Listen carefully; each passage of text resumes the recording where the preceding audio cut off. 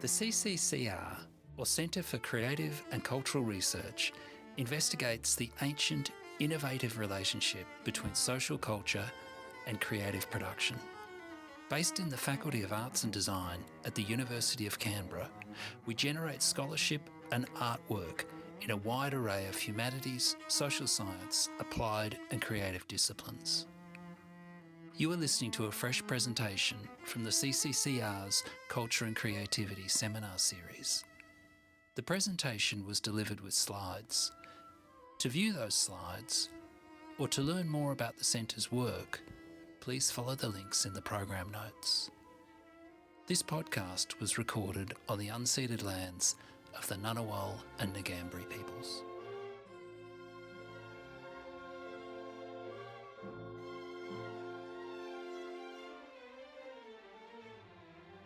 Hi everybody, my name's Paul McGee. I'm the Director of the Centre for Creative and Cultural Research here at the University of Canberra. I'd like to start these proceedings by acknowledging that we are on the unceded lands of the Ngunnawal people. I pay my respects to all ancestors and all elders past and present, and would like to acknowledge that payment of respects to all Indigenous peoples here today. It's my pleasure today to introduce Manuela de Barros, who is Assistant Professor in Philosophy, Aesthetics and Theory of Arts at Université Paris 8, Vincennes, Saint-Denis. Her research concerns the aesthetics of contemporary art and new media, relationships between arts, sciences and technologies, the biological, anthropological and environmental modifications brought by technosciences, the passages between sciences and fictional constructions in art or in literature, feminism and gender. She is the author of several publications, including Magie et technologie. Please join me in welcoming her here today.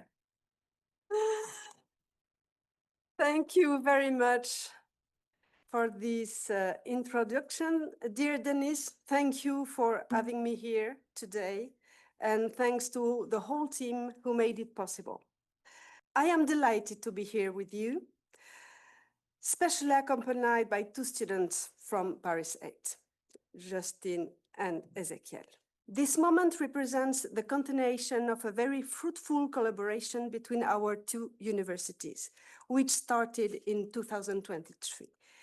I hope it will keep growing up in the future, and of course, thank you all for being here. As English is not my native language, my presentation may contain some unintentional surprises in expression.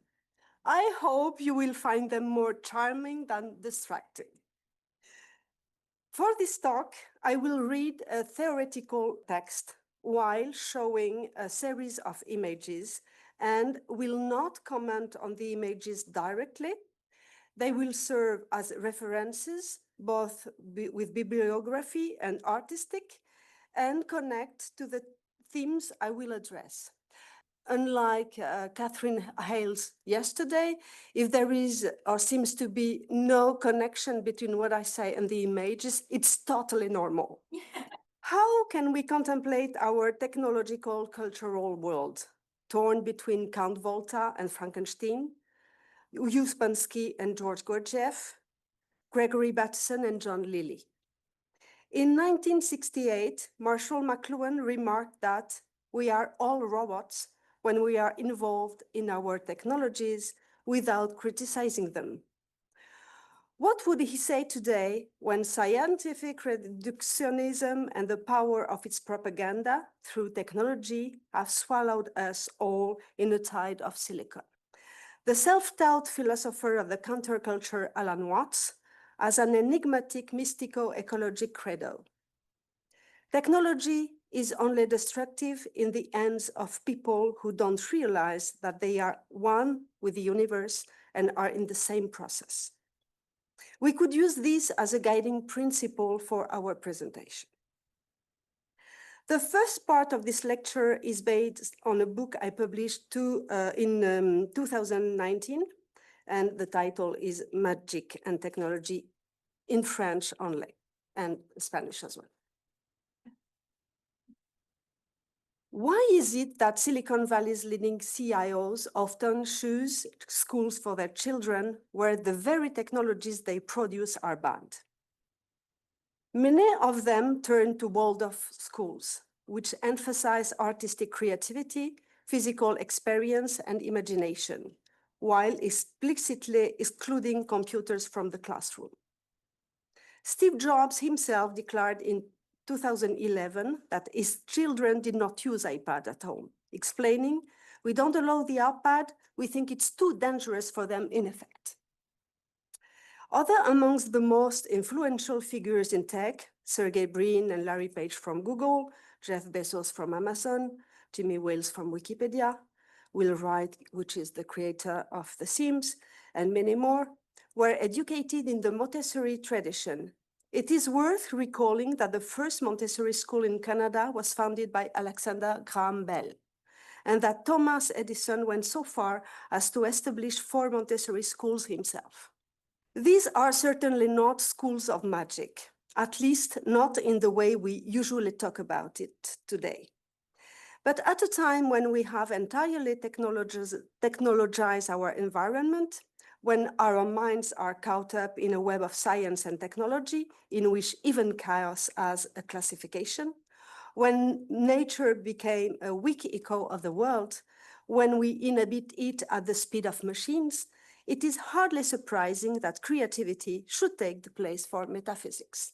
Walter Benjamin wrote that the existence of Mickey Mouse is one of the dreams of a modern man. It is full of prodigies that not only surpass those of technology, but make a mockery of them. The most remarkable is that they do not involve any machinery, but they spring from Mickey's bodies, pieces of furniture, trees, clouds, and waves. Nature and technology, primitivism and comfort merge perfectly here, and before the eyes of people tired of the complication of daily life comes the liberating image.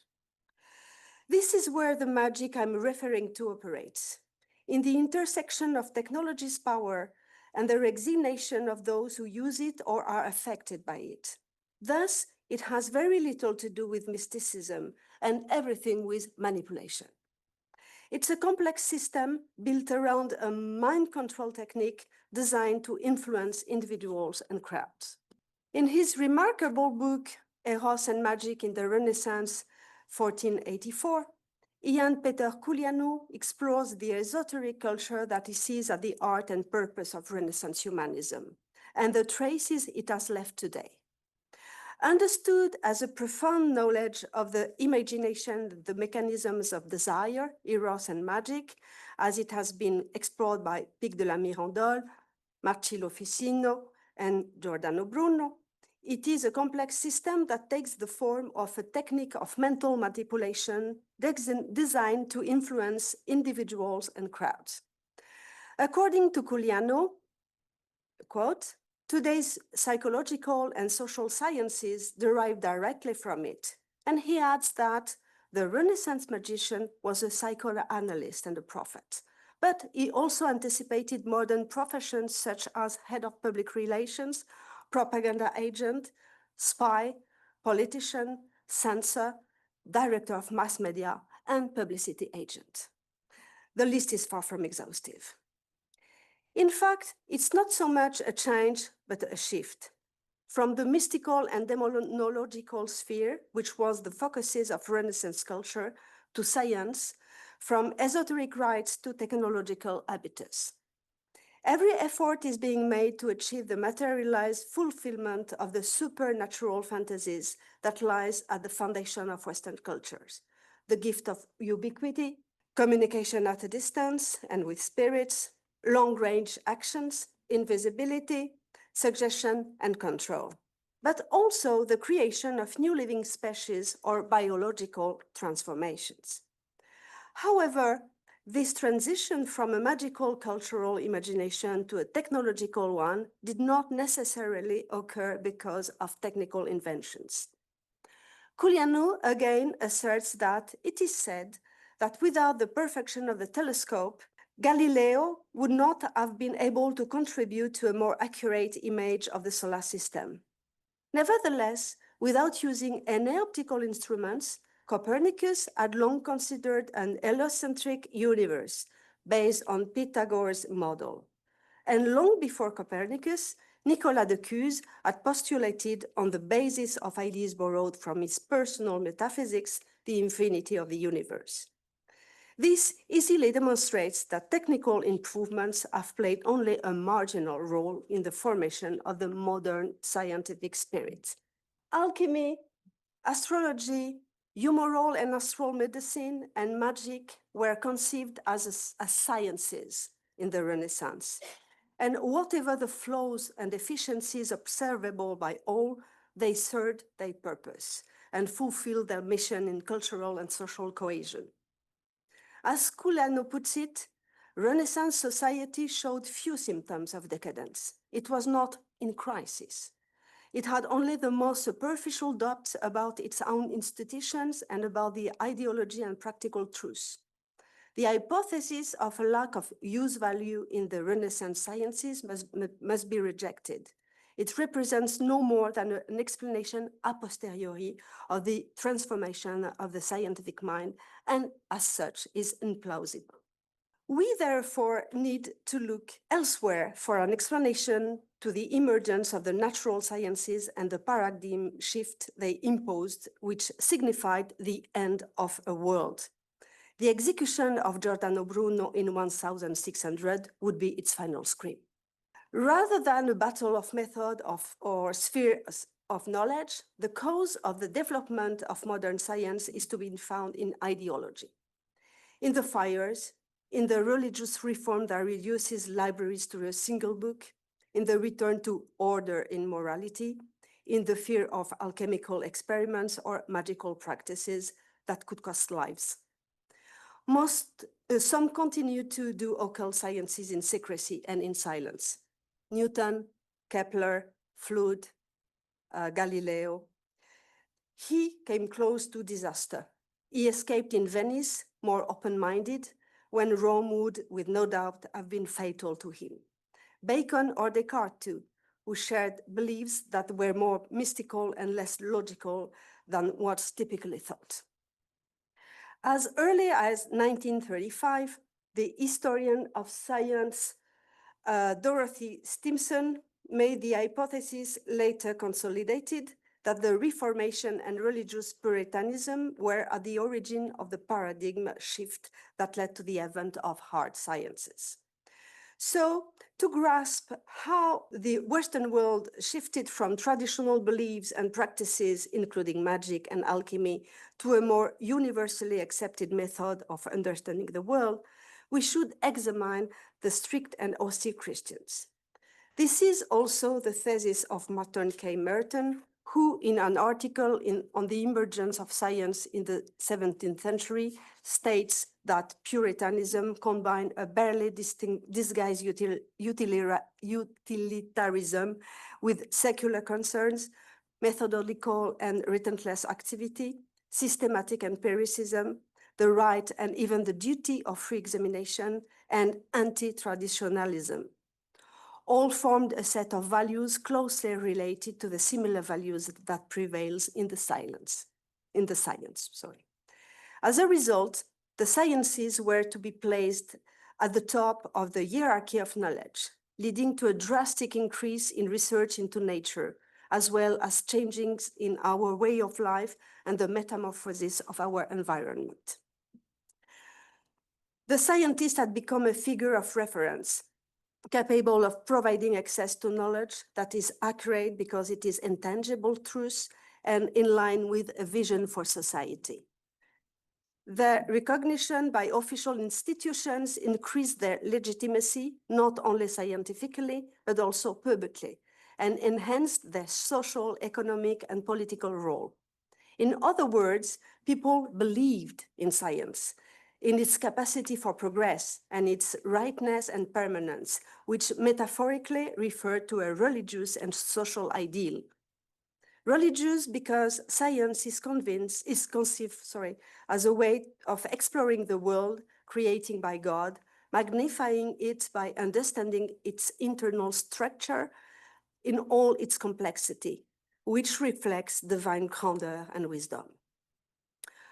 Moreover, if Puritanism is at the origin of the considerable amplification and valuation of the positive sciences, its logic also includes the emergence of capitalist ideology.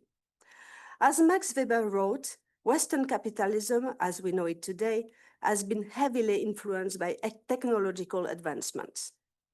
Its rationality relies on evaluating key technical aspects, particularly those derived from modern science, and especially the natural sciences, which rely on math and rational experimentation. Additionally, capitalist interests have significantly driven the development of these sciences and their derived techniques by rewarding practical applications.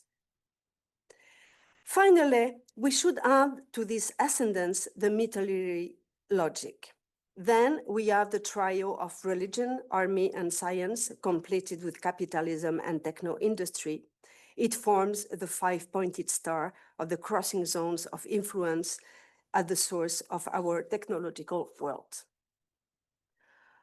Ironically enough, the Reformation would emphasize the gap between a transcendent divinity and the concreteness of nature in which, willy-nilly, human beings exist. What's more, nature, by definition terrestrial, is often depicted as a trapped universe that must be neutralized and even transformed in order to escape its capacity to corrupt humans, celestial in essence. Nature is said to be incoherent and without structure, whereas humans must aspire to the creation of rules and laws capable of guiding their lives and taming natural chaos. Yet women are identified with nature and men with culture. And as an instrument of nature, woman is the bearer of elements of seduction that belong to evil. The witches, women who have not renounced their relationship with nature and their femininity, will pay a high price. Because the witch hunt is also and above all a power struggle between women with unwritten vernacular knowledge and men who consider themselves to be scholars and must therefore eradicate what they consider to be inane and satanic beliefs. A large part of traditional Western medicine will be wiped out. Intersubjective magic does not necessarily involve fantastic creatures. Giordano Bruno demonstrated this perfectly in two short but rich texts dealing with magic and links, bounds, ties. It's odd that Bruno, who couldn't grasp others' perspectives well enough to make his own ideas acceptable, a flaw that combined with pride got him burned at the stake, ended up being a major figure in developing the art of magic through connections or manipulation. In Bruno's usual mocking style, we can read the word magus and magic can be understood in an insulting way where the magus is held to be an evil madman who, by virtue of a trade and pact with the devil, has acquired the ability to assist or harm. As used by philosophers, the word magician designates a man who combines knowledge with the power to act. And he lists three types of magic: divine, natural, and mathematical, good or bad depending on how it is used. It is closely related to the scientific disciplines: geometry through the use of symbols, arithmetic through calculation, music through incantation, optics through the fascination of the eye, and so on. The lover, much like the magician, is someone who sets trap to entrap others, what Giordano Bruno describes as links, vincula in Latin. However, there's a difference in the extent that targets of their influence. While the lover typically targets individuals, the magician can influence larger groups or even mythical creatures. Bruno delves into understanding desire and the bounds it creates. even to the point of manipulating masses. His treatise serves as a guide to manipulating psychological influences to shape society. He emphasizes the need to understand the morals and motivations of various individuals from different ways of life in order to effectively influence them. Ultimately, his work suggests that every aspect of human interaction, whether it involves binding others or being bound, can be analyzed and manipulated for strategic advantage. This magician is the prototype of the impersonal systems of the mass media, of indirect censorship, of global manipulation, and of the brain trusts that exercise their occult control over the masses. The same Robert Merton introduced the idea of self-fulfilling prophecies, alongside discussing unintended consequences and serendipity. A self-fulfilling prophecy starts as a false belief about a situation, but people's action based on this belief make it true. This concept echoes Thomas' theorem. If people perceive situations as real, they act as if they were real, leading to real consequences. Thomas adds that our actions are driven more by guesses than by scientific evidence. Paul Václavic terms these self-validating predictions. It's making a prediction who brings the event predicted, confirming its accuracy. For instance, someone acting defensively because they feel threatened may provoke the hostility they fear. In these cases, the future, not the past, shapes the present. This illustrates how beliefs can create reality through psychological effects. Sometimes on a large scale, people's behaviors is driven not by facts, but by their interpretation of reality. Thus, subjective perceptions are more influential in human actions than objective circumstances, which are never fully understood from within. The self-destructive prophecy is the opposite. For instance, we might work hard to achieve a goal, but when success seems imminent, we relax our efforts, leading to failure. Although the facts were accurate, our actions make them false. This highlights how individuals act based on their beliefs about reality, which can be influenced by their emotions and irrational thoughts.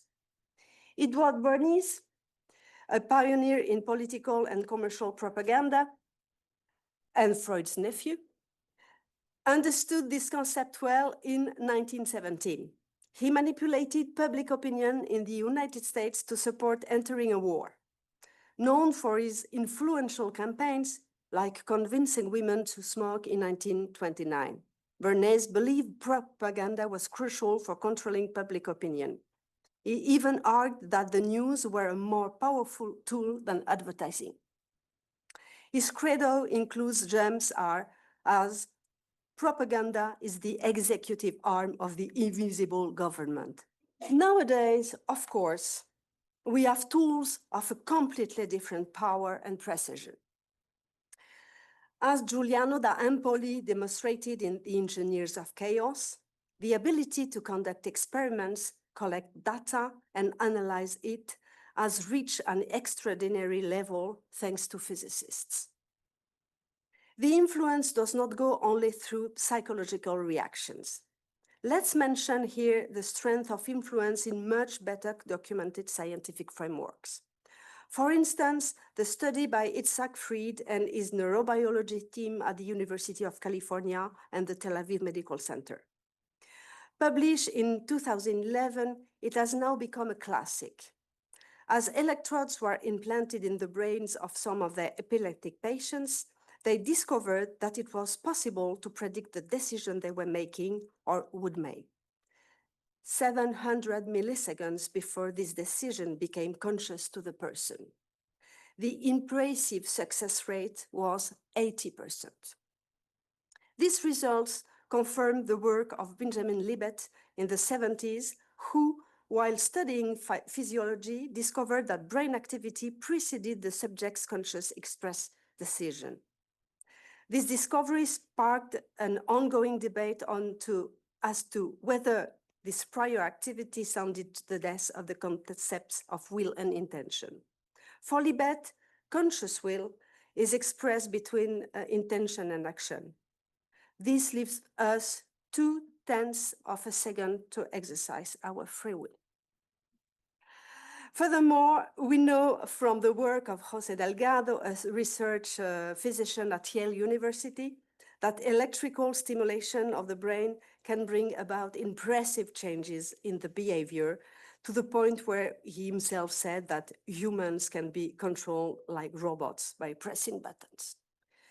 His experiments did not shy away from anything spectacular to demonstrate their effectiveness. For example, he emotionally altered one of his epileptic patients implanted with an electric stimulator who played the guitar, driving her to such rage that she broke her instruments against the wall. Animals were also subjected to tests, like a bull during a demonstration in Cordoba in 1963. It suddenly stopped running under the influence of a cerebral modification transmitted this time by radio. No need to point out how dangerous the possible developments of this kind of practice would be for individuals and social freedom. In 1970, Delgado was accused of having worked with a team that had not hesitated to suggest the use of implants to, quote, suppress the violent tendencies of Blacks who riot. He himself spoke of the possibility of enslaving humans, referring to Orwell. In 1960, scientists Manfred Clynes and Nathan Kline published an article entitled Cyborgs and Space. This was based on research that the two scientists presented at a conference sponsored by the School of Aviation Medicine in Texas. The two were working with NASA. The original title of the research was Space Drugs and Cybernetics. The article states about biological modifications and the implantation of electronic devices on human bodies, particularly those of astronauts, in order to think about how they can better adapt their evolution in space. The authors argue that space travel is not only a technological but also a spiritual challenge, which suggests that the psyche of such beings will be impacted and will need to be regulated and even modified. It is worth mentioning that Nathan Kline was, at the time, assistant professor of clinical psychiatry at Columbia University. We are born cyborgs, says Andy Clark, and our contemporary technologies have nothing to do with it. We don't need to hybridize with machines. Cyborg is our ontology, as said by Donna Haraway. In other words, we have always invented methods to make big mental jumps and the resulting technologies, which not only help us to do things, but also change our daily lives and surroundings. More than the tools we create, which become a bodily and cognitive extension, it is the plasticity of our minds that makes us cyborgs born. The connection we make between our languages, the tools we create, and what it changes for us and in us to use them is the process where we are committed bodily and mindly in an interaction with our cultural and technological environment. Human ontology is a permanent recreation with the material around us, our surroundings, our organisms, and the others. Humans inhabit the world with a vampiric strategy. Widespread genetic manipulation, autonomous robotics, self-generating nanotechnologies, and molecular biology make any ontological classification irrelevant. The animal manufactures in a laboratory has multiple progenitors who are far more involved in its birth than its parents. The vampire produces the material that fits the fictions he has constructed and which now constitutes his reality. In a cannibalistic inversion, he himself is part of that material. Our world is now enveloped in a network of material and electromagnetic systems that form a vast grid across land and sea, facilitating our data exchanges. This data has become integrated to our lives, flowing through us. We have created a ghostly double of our planet. It is a machine that is both vampiric and autonomous. It feeds off every movement we make towards it. The slightest click of the mouse makes it grow a little more, but it also has modes of existence that are totally alien to us, that we can neither evaluate nor fully apprehend. This digital entity is no longer just an extension of ourselves. It has become a creature we have brought to life, one that now seems to control us as much as we control it, or more maybe. Too fast, too big, too powerful, too distant, too foreign to our earthly bodies, to our organism, to our emotions. It is immaterial and weighs tons. It is nowhere to be found and has integrated every part of our terrestrial or mental geography. Technology, the body, and the magical act are intimately linked, and this link is reified in the technological objects. The technological gesture is coupled with a ritual is self-induced by beliefs, hence the tireless repetition of the useless gesture, the virtual immersion to the point of putting real life on hold, the addiction to the point of disintegration to the physical world. Complex machines like computers, even the simplest one, heavily rely on imagination. Most users only grasp fragments of how they work and use only a fraction of their potential. As it was conceived in the 1960s, the cyborg is the hybridization of an organism with robotics, mechanics, electronics, and chemistry to enable the conquest of space. Cyborgs are a special kind of machines because they are mixed beings. The cyborg is the locus of desire in the machine.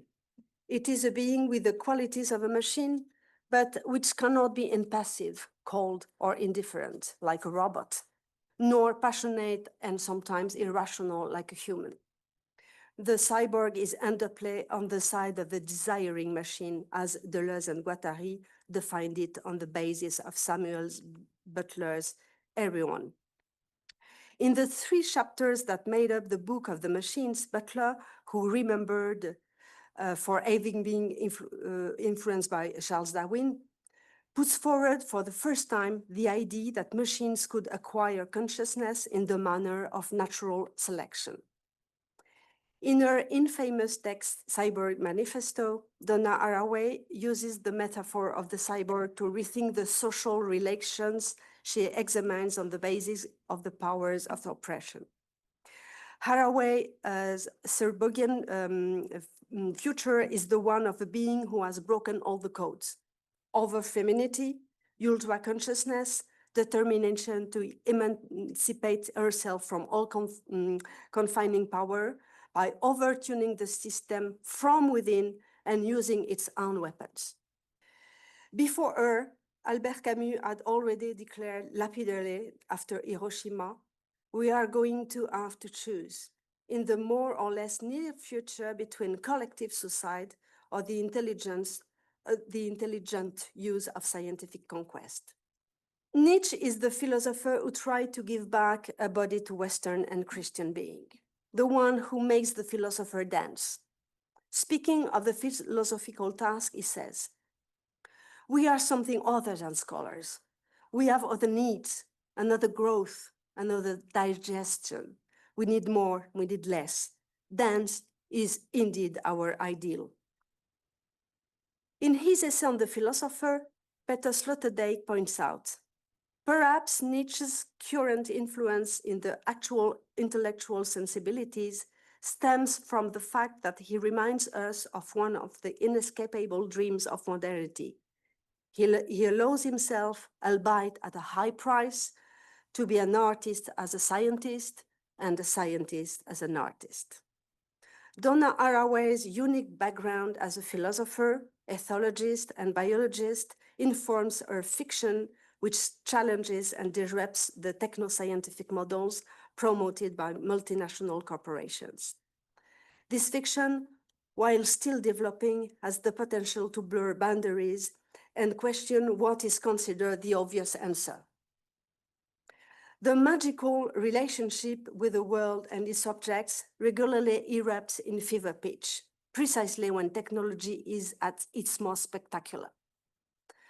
The phenomenon seems to be directly linked to the imaginary substratum that we have seen activated on several occasions in the course of our reflections here, in a mechanism that combines beliefs and desires and their implementation in the world of objects, particularly through technology. Humans create an imaginary alter ego, and it is a characteristic of human beings that they want to bring this imaginary double to life. Because humans modify themselves and their environment in relation to their real needs as much as to the imaginary needs of this double. Even if to do so, we have to run up against obstacles deemed impossible to surmount.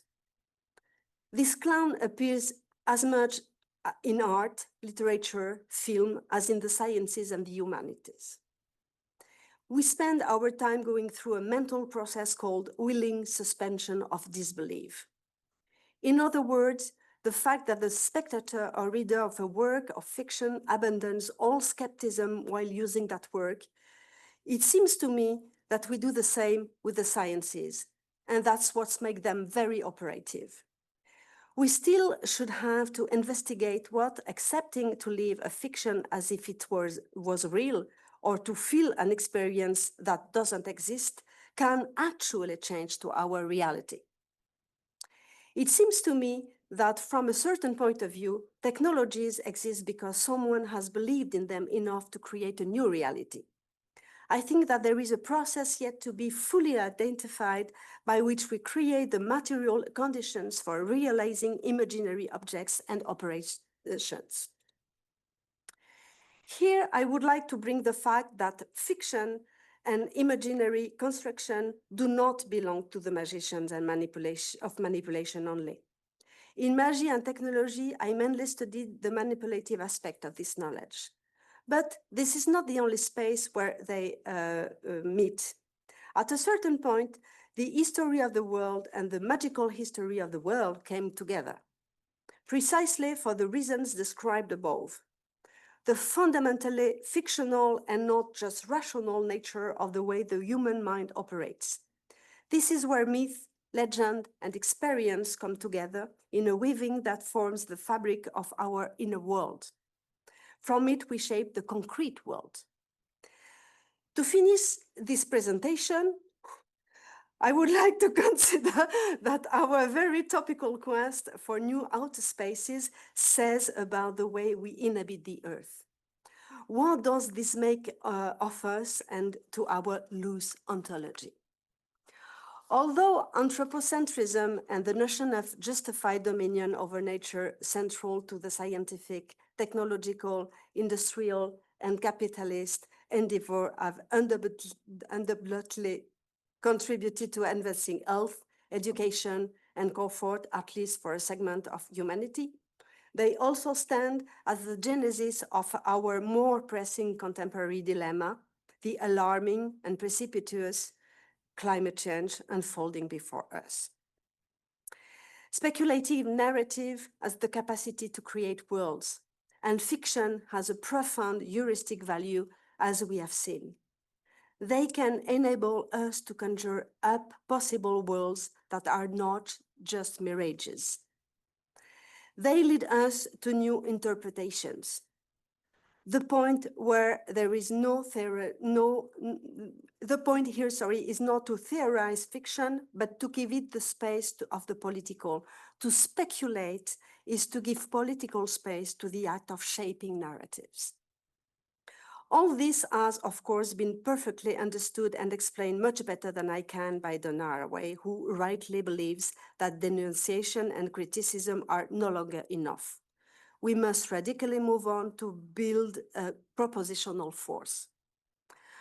Haraway also talks about natural culture. The feedback between nature and culture is so tight, so co-productive of a single reality artificially shared in language that it has to be thought in a single cleaved gesture. That of nature which never ceases to be constructed and artificially produced in a representation, and of culture which never ceases to be informed by this very nature which produces it. This exploration of the imaginary aims to break with the standardization of thought, aesthetic, and behavior. And as the astrophysicist Gérard Azoulay says, space is a privileged place for thinking about and questioning other conceptions of the world. The tension between fundamental science, advanced technologies, fictional projection, fantasies of expansion and anthropological mutations, and the creation of new mythologies can be found in the current craze for space exploration. It is also called space colonization by some who are not afraid of the historical abyss, and it comes with its corollaries, such as terraforming, particularly of Mars. This transfer to another planet supports the notion that once Earth resources are depleted, Mars would welcome us with open arms, with limitless opportunities. But those more authorized to do so point out that it is impossible, because terraforming Mars is a physical impossibility due to its weak gravity. The only known biosphere we know about is our own, planet Earth. Nevertheless, the fiction of expansion into space and into other spheres is alive and well, supported, if not triggered, by ecological decay. Indeed, beyond the desolated colonial and capitalist fantasies, the conquest of space represents much more than a simple exploration of the unknown. It has concrete and symbolic aims that reflect many of the challenges we face. A global collaborative effort to broaden our horizons, daring technological challenges or explorations of the infinite possibility of the universe, daring technological efforts. The benefits of these efforts extend beyond Earth's borders, influencing life on our planet and opening up to a possible path to an exciting future for humanity. For the obsessive fantasies of exploration outside of our own cradle, which Tsiolkovsky said a grown-up humanity would inevitably wish to leave behind, are also a sign of our radical sense of loneliness. It is reinforced by our failure to make any real contact with the many forms of life of our own biosphere, including the most complex. And after all, perhaps we are the only one planet with life on it. If so, what difference does it make to our rights and responsibilities, to ourselves and to the rest of the living forms? I would like to conclude with the noosphere notion. The term biosphere is well known, but noosphere is less familiar to many. Originating in the USSR, geochemist Vernadsky introduced the concept in 1926. He envisions the noosphere as our human understanding, showing how our actions through technosphere impacted the biosphere, which in turn affects the Earth's lithosphere and atmosphere. Vernadsky's vision anticipated the Anthropocene, highlighting humanity's impact on the Earth's ecosystem. He spent years of research in France and influenced French paleontologist and Jesuit priest Pierre Teilhard de Chardin. This one mixed the Darwinian theory with Christian philosophy, embracing the concept of the noosphere.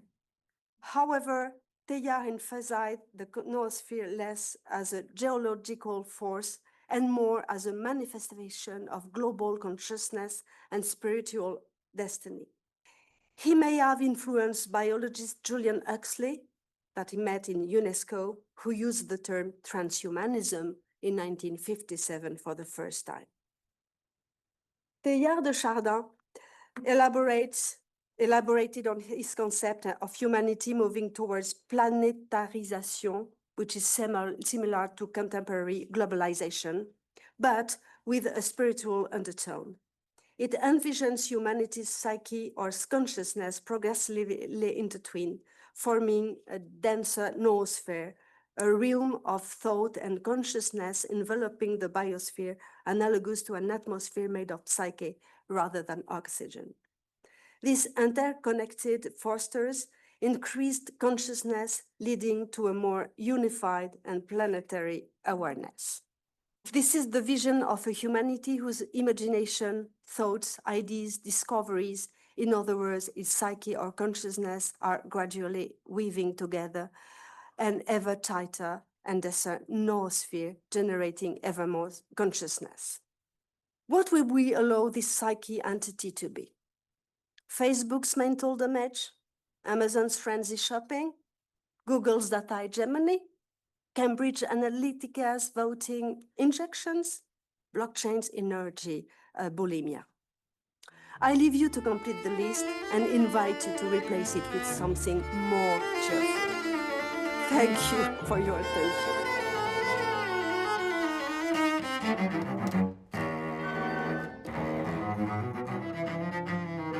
Would anyone like to ask any questions or raise any points? Yeah. So one thing was you were talking about noosphere, was it? Noosphere, N-O-O, sphere. Okay. It's a very specific concept by Vanatsky, this geochemist from USSR, but he worked in France for around 6 years, and later Teilhard de Chardin, who is a mixed figure, mixed character. Well, that's great. And also the whole presentation struck me as a much more expansive exposition on Monaco's letter to the future generations, but he's basically saying stop believing that going to another planet is going to save your grandchildren. That's very mean. Like this is just, that whole, much bigger. We've been lying all along. Yeah. Thanks. I was interested with your introduction that was seeing the ways tears and Montessori background. What are your thoughts? We thought of it that way, but your thoughts with regards to we look at Montessori as, engaging in nature in an experimental way of learning. And yet these seem to have gone to the other side. It's just an interesting transition. What I was talking about in that area. What strikes me is that what they believe is not good for themselves or their family is good enough for the people to buy, because the whole problem is we buy it. We buy it for our children. And so what do they know before that we don't know? That's the point. Of course, I use all these tools every day. But I think growing up with that is something different. In here, I suppose there are a lot of professors, teachers, or students, and we know as our possibility to focus has been damaged. So the idea for me, because I'm a technophile, but I'm not a techno-optimist, and I would like to become a techno-optimist because I'm absolutely sure that technologies can become something humanistic, environmental, with environmental care, etc. It can be, but because the sources of that is super capitalistic, it's only the money that matters. So it's not what expands in the spirits or the minds or the knowledge of humans and etc. So I would like it to change That's the whole stuff is about that. It's kind of where the mice and the monkeys, your baby, Yeah. that they researched on what was going on. Yes, when I talk about the mice, I could have told also that they are nowadays generations of mice, which are like thousands and thousands of generations of laboratory mice, which are completely different from the mice in the nature, even like a mice you can have at home, because so it's they are not, they have nothing to do with nature anymore. Anyway, we could also think, is nature something that exists? Because I think even in the places more far away we can know, even the places we've never been, at least the climate change have changed it. So what is nature now? What is nature from the beginning anyway? So much, Manuela. I can't really start your question.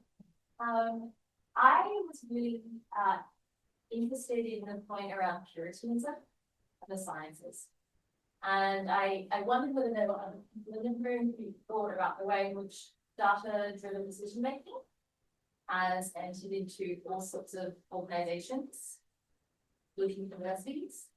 I know I'm being recorded, I hope you're listening. And I thought that was very interesting, that idea of kind of, if I'm understanding correctly, like a kind of conservatism and the desire to identify what is acceptable, pure kind of intellectual inquiry versus what is not.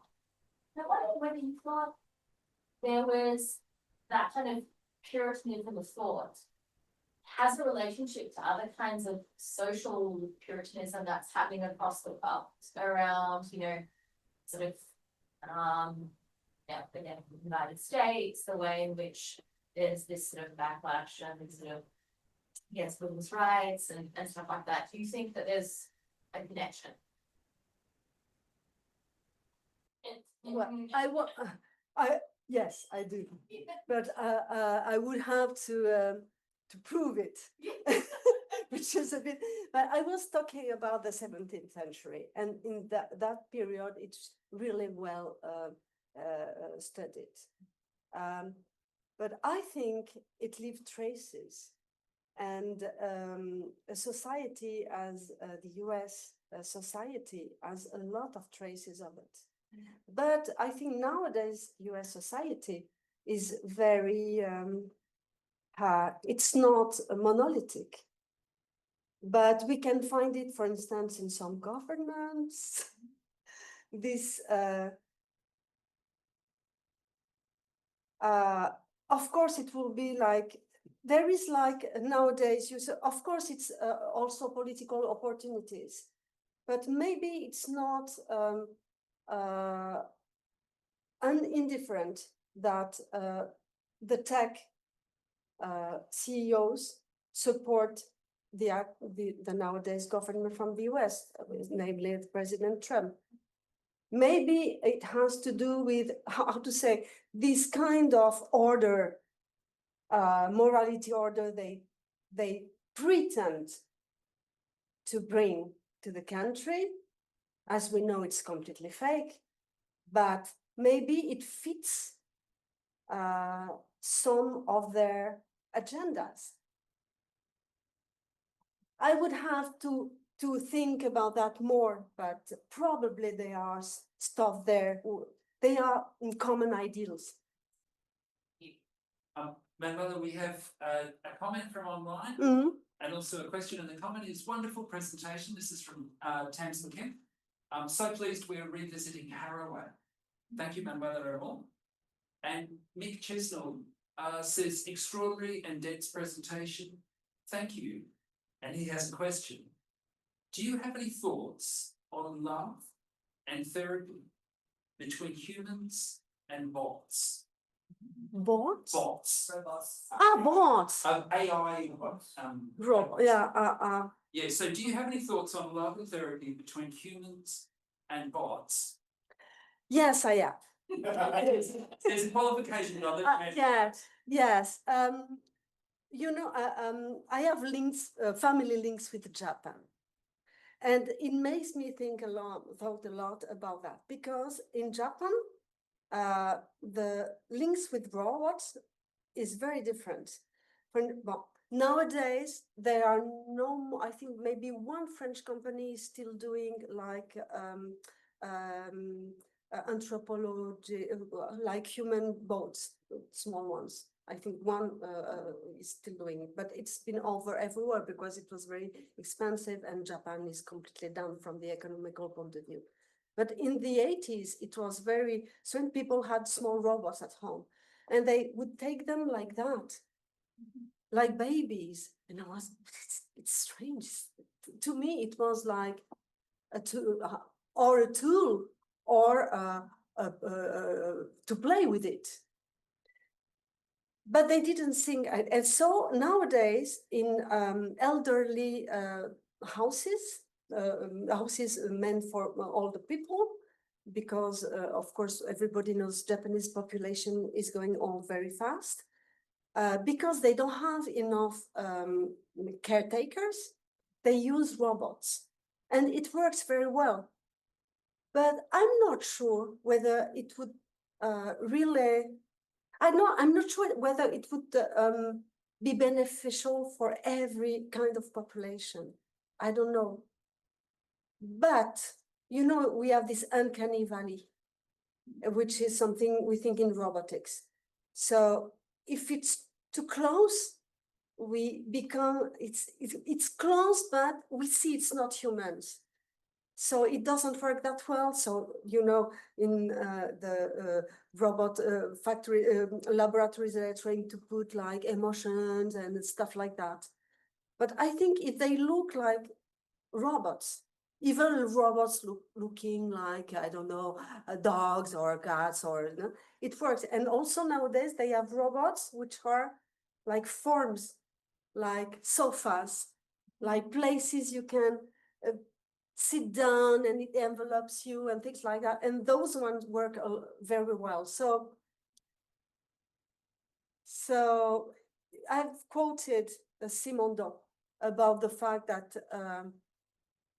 no human with general education would believe on something in an image, but that nowadays humans would believe about living robots.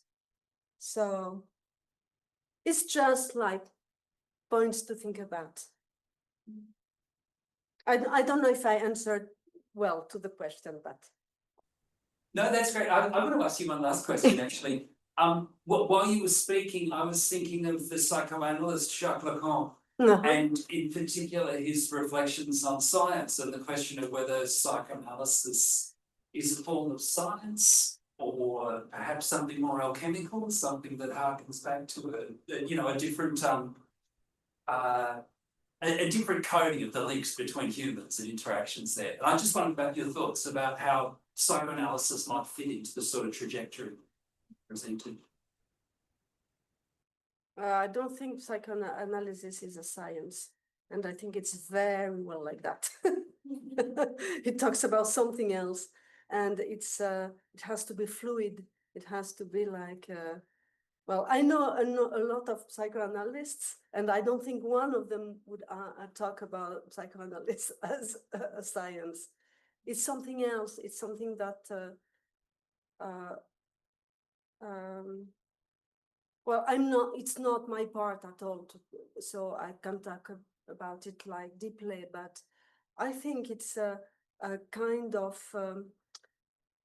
investigation of human psyche, which is very specific and also maybe a bit dated historically. It has specific grounds. So I would have to think about it. Sure. Final comments or questions? Ben.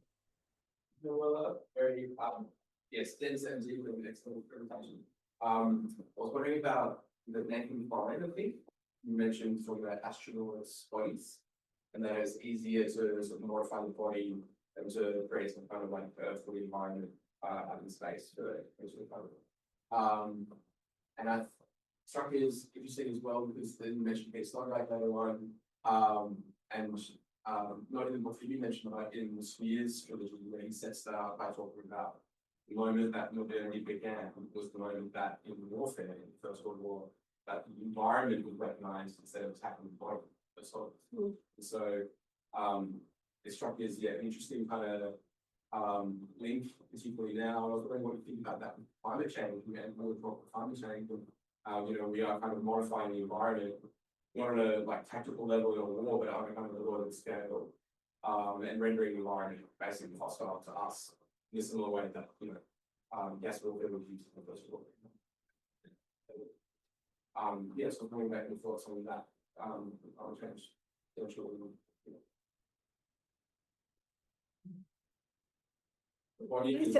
I think climate change should be our primary concern every moment of every day.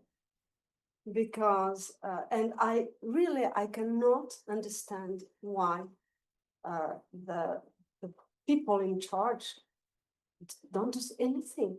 It's crazy.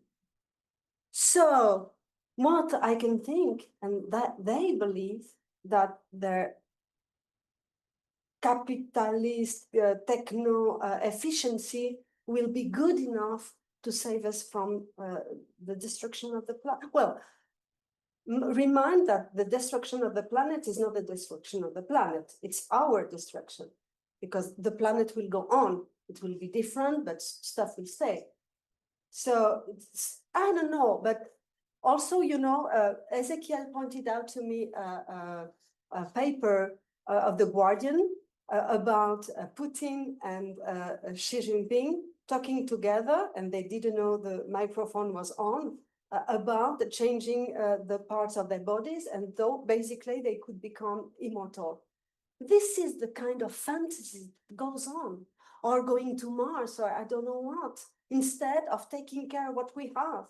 And also not only for us, as I said during the presentation, we were not capable to have a proper interaction with animals. In France only, we are killing 3 million animals per day. It's crazy. It's crazy. So not to talk about animals that disappeared and everything. So to me, this is the main problem. And once again, I'm convinced that we can have a technological world, but who preserves the most part of it. What's still on. Okay, well, we're going to bring proceedings to a close at that point. So please join me again in thanking Manuela.